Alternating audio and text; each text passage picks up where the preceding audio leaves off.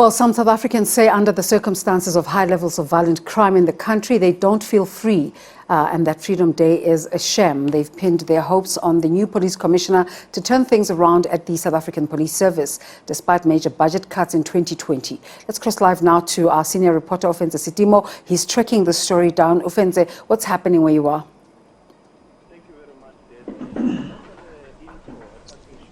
Thank you very much, Desiree. Well, just as an intro, a parting shot, well, I can say that, the police commissioner has conceded that violent crime is actually very stubborn and it's difficult for the police to actually tackle it, as it has actually been increasing year on year. There is murder and attempted murder and also assault GBH. Well, I am joined now by a strategic management expert, Dr. Kaizer Makole, who's actually going to elaborate on this issue as to whether South Africans are free under circumstances where they don't feel safe in their neighborhoods and in their homes. Thank you so much for the time, Dr. Kaizer. Can you just tell us, according to the Human Science Research Council, confidence in the police is at its lowest since 1994, and as a result, people don't feel safe in their homes and neighborhoods. In this context, would you say that South Africans are free? Thank you, Mr. Stumo, for this opportunity to talk to me about the challenges of policing in our country. Mr. Stumo, if I reflect correctly, I think we are facing a serious crisis in South Africa. For example, maybe one of the challenge that as a country we need to focus about, we need to ask ourselves whether our policing services is professional enough to protect South Africans. But currently, from my own perspective and personal reflection, I feel that South Africans are not safe. That is why there are some rising community movements that they feel that they have to take power in their hands. But I believe that the South African policing should try to do much better to gain back the confidence that it has lost. Because you see, what is critically important is that, you see, there is a social compact between the community and the society. The communities, citizens of a country, they pay tax to the country in favor of expecting the country the government to protect them. That is why in normal countries, citizens don't have private securities. But in South Africa, we're in a situation where we have outsourced securities to private companies, which means that people are not happy about the quality of policing that we have. So the question is, can we justify the taxes that we are paying? But there are some attributes of a professional policing service that we need to talk about, and we will reflect more on them. Yes. And the 2020 budget cuts of the police budget, would you attribute that also to, police being inadequate and having lack of resources as well to tackle the crime, that's violent crime that is? Mr. Stum, I can say, you see, South Africa is not a poor country. We also need to start to question, why are these budget cuts happening? Because South Africa is a country that is endowed with huge resources. But there are cuts and all this thing because we are suffering from the consequences of state capture, the consequences of corruption, where we cannot even capacitate our police to do what they're supposed to do. But from my own personal perspective, I think the first thing we need to say, how do we professionalize our policing services?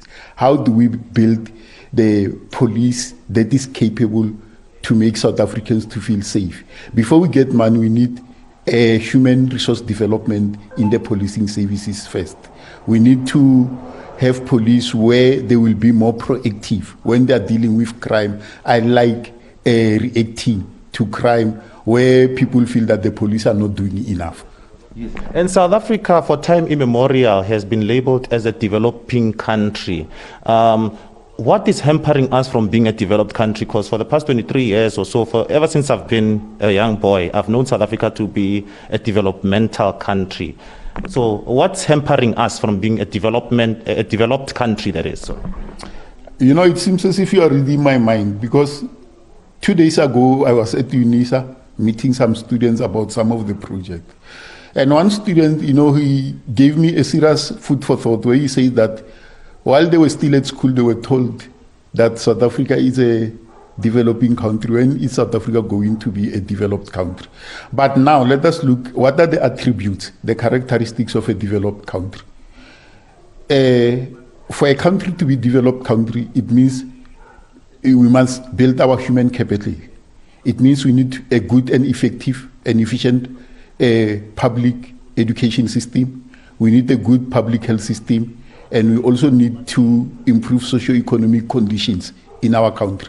But all these variables, they are not there in South Africa. Poor education system, poor health system, and then poor socio-economic conditions. Currently, we have how much? More than 7.2 million unemployed youth, which for me is a disaster that is waiting to happen. That is why in one of my research articles that I've just submitted, I'm proposing that we need even basic income grant so that we can use it as a mitigating factor for unemployment, especially youth unemployment.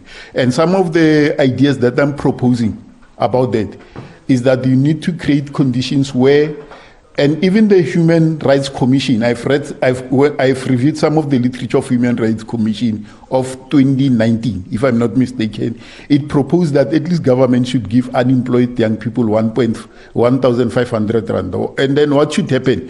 But moreover, more than giving people just money for the sake of money, if you look at areas like Hammanskraal, Harangua, the industrial centers in Kangal, where these people, we need to even appoint project managers, so that if we give them this money, we say, what is the social compact that we are engaging with? So that they can be able to say, some of this money, it must be set aside for their own businesses. Because let's be honest, even the president himself accepted that the government doesn't have the capacity to create jobs because technology has changed. So you develop your human capital. You use the most important resources in a country, it's its people. We can talk about other resources, but if our people, they are left behind, we cannot. Some people will ask, but how are we going to pay back those money? How are we going to balance our budget? For me, I think that, you see, when there are crises in South Africa, we can even go to extent of increasing VAT. Do you remember there was a time when VAT was increased from 14% to 15%? Why can't we increase? But we know that when people start to create their own jobs, they will be able to contribute back to the taxes, and the government will be able to gain their revenues. So, but for me, that is why I'm even doing some of the project of youth development, student development, so that we need to build human capital amongst our people.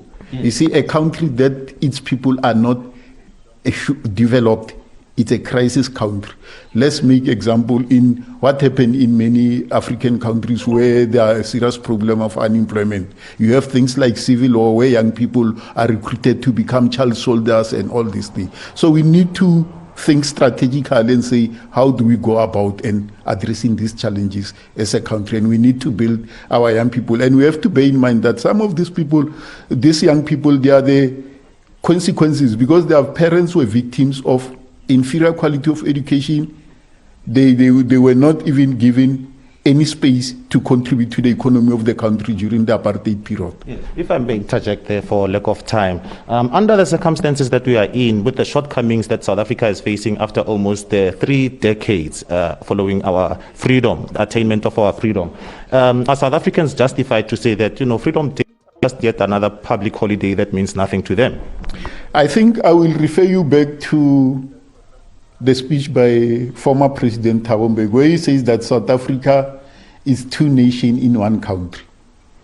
There are those people who have benefited from the benefits of apartheid, from the benefits, the dividends of democratic dispensation, like the middle class, the upper end middle class and all these things. But I believe that the majority of the poor people in the township, in informal settlement, they've not benefited. I'm one person who's very optimistic. I cannot say that we have failed, but I'm saying that we are at a crossroads as a country.